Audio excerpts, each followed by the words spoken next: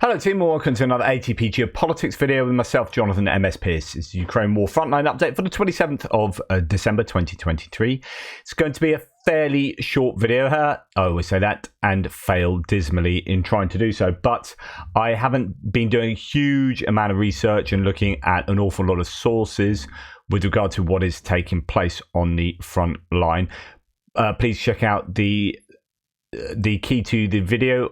Key to the map on the video now. So I just got a message popping up on the corner of my screen and it just completely threw me. If you don't know what the lines on my map mean, right, okay, we're going to go to the northeastern sector, Kupiansk to Kremina, via Svatova here, this axis. And as you can see, no changes to the mapping there. It's somewhat quieter, but we are still hearing about quite a lot of activity around Sinkivka as the Russians are attacking there. And there's been quite a bit of activity around this Terny area where the Russians have taken this big sort of bridgehead of land there, or adding to this salient that they already have towards Zarichna and Torska. Now sort of it's a much larger area of land, so the Russians have had some success there at this end of the year. And then as we come further to the south, we approach Bakhmut, where there's a little bit of a gain for the Russians around the Avdiivka area. Deep State map has a tiny bit of gain, little triangle of land there really for the Russians north of Bakhmut, but actually no other changes in the northern areas as according to all the mappers there. Quite a few changes to the south. This is just a bit of a change that I'd already mapped yesterday, but here was the tweet for it, that the Russian army recaptured a cemetery in the area east of Popivska, and that is sort of around this area there. So that's what they've taken yesterday, but I'd marked that yesterday, or JR had done that.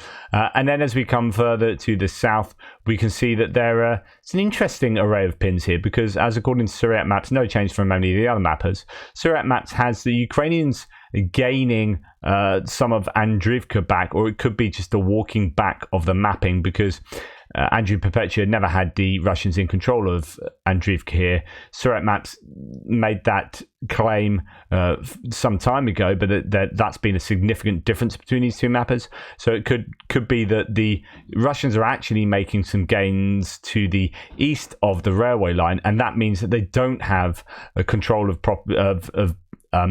territory to the west of the railway line. So I think the idea that Russia have made these gains means that actually this claim is somewhat erroneous. So it could be a case of walking that back, as opposed to the Ukrainians on the one hand taking land here, and on the other hand losing it just south of there, right along the railway line towards Zelenopilia. Nonetheless, as you can see, quite some significant gains for the Russians if this is indeed true. Andriivka doesn't have that reflected in his mapping. There is that fairly significant difference between the two mappers, equating to, let's go and check that out, equating to about 700 meters. So moving anywhere between half a kilometer and a kilometer.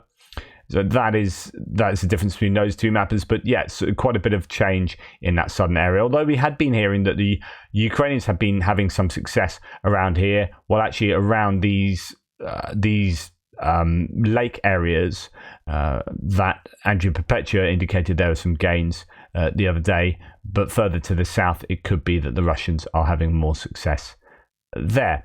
Okay, so then we come on down to the Avdiivka area, and we can see a bit of a mixed bag of nuts here, where around Stepova, Ukraine have made some gains in a counterattack in that village itself, and slightly to the south in some of these tree lines. There's fierce fighting, has been for some time, over each individual tree line around here. Syriac maps pulling back the Russian control lines more in line with what Andriivka and Deep State map have. And then over here by I think it's water treatment plant, some gains for the Russians just south of that plant. And then alongside these sort of water features, these lakes here that come down from that larger one to the north east of the water treatment plant. So yeah, some gains for the Ukrainians and some losses for the Ukrainians there as well. And then we come on down to Marinka. So as we come all the way around the cauldron of Avdiivka, no changes there. It could be a bit of a Christmas lull, or it could be that, you know, things are just grinding to a slower pace as a result of the weather, as a result of culmination for either side. Who knows? Where the Russians do have the wind behind their sails is in the Marinka area, at least according to Surat maps here over the last 24 hours, although some gains as according to Andriivka as well. So in fact, these Andriivka gains are fairly significant there, but that's matching in with what Surat maps had claimed previously. So possibly a bit of a catch up there for Andriivka, and then Surat maps again adding to that with some smaller gains towards Avdiivka, and this is where there is going to be, you know, battles taking place, no doubt, going forward. I think even referenced by Zaluzhny, or certainly Zaluzhny was saying that Marinka is no longer under control of the Ukrainians in any way, and they had taken positions further back from there. Okay, so if we look at Surat Maps' claims for Marinka, the battle for Marinka has officially ended, and the battle for Avdiivka has officially started. There were claims of reconnaissance groups attacking into Avdiivka yesterday, and I think this will probably become the new Marinka. So this is a worry, as I've said before. It means that the Ukrainians are going to be fighting defensively in places like Kurakova a lot more, and these are much more important places. But also, it makes Pobieda as a small agricultural settlement even more difficult to hold on to, as the Russians will no doubt try and move along this main road here and sort of surround Pobieda from several sides. The Ukrainians have done a really good job to hold on to that for a long time. It's important for that main road coming down there through Konstantinivka and into the Bakhmut. We'll see how that goes over the next few days. But certainly Marinka, very difficult for the Ukrainians, and Novomyrkivka is also particularly difficult, but no changes to the mapping in the last 24 hours from any of the sources I've been using. And then we come on to the Robotyne area, where the Russians are supposedly making some pretty large gains from that southern Surovikin line, from these fortifications, pushing north right into the middle of that salient that the Ukrainians, did take, but with so much effort and loss of life and some loss of equipment too there. And now the Russians could be moving back into that area. Surat map says currently Ukrainian army is withdrawing from the Surovikin defense line. It's expected that Frontline will be some kilometers away from the first houses of Avdiivka. A new map will come soon. Indeed, so referring to a previous gain for the Russians there, well, actually, the map, although there's no tweet for it yet, Surat Maps' map has this new area where the Russians have control. So some more fields and more tree lines as they're pushing north and onto the parallel with Robotyne here to Robotyne's east.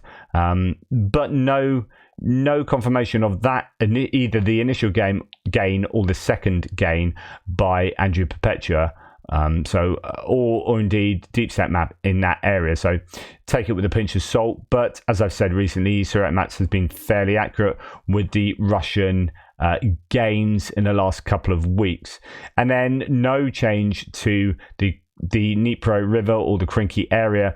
This would be somewhere I was hoping that the Ukrainians could expand, given that the Russian VKS have stopped operating in the area, afraid that they might lose more airframes to the air defense systems that have been operating. I mean, there's still rumors that it could be F-16s operating in the area, or Patriot's air defense system, or whatever. Nonetheless, the Russians lost those jets in the middle of the territory from Crimea really up to the Dnipro River, and that's meant that the Russians had been unable to hammer for now 2 or 3 days the Ukrainians in, for example, the Krinky area with their aviation glide bombs, the KAB 500 bombs.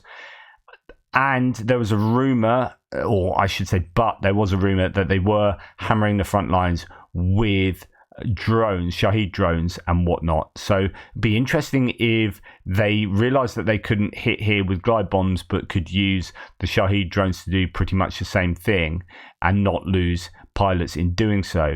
Another example, perhaps, that drones are becoming the new munition of choice in many different ways.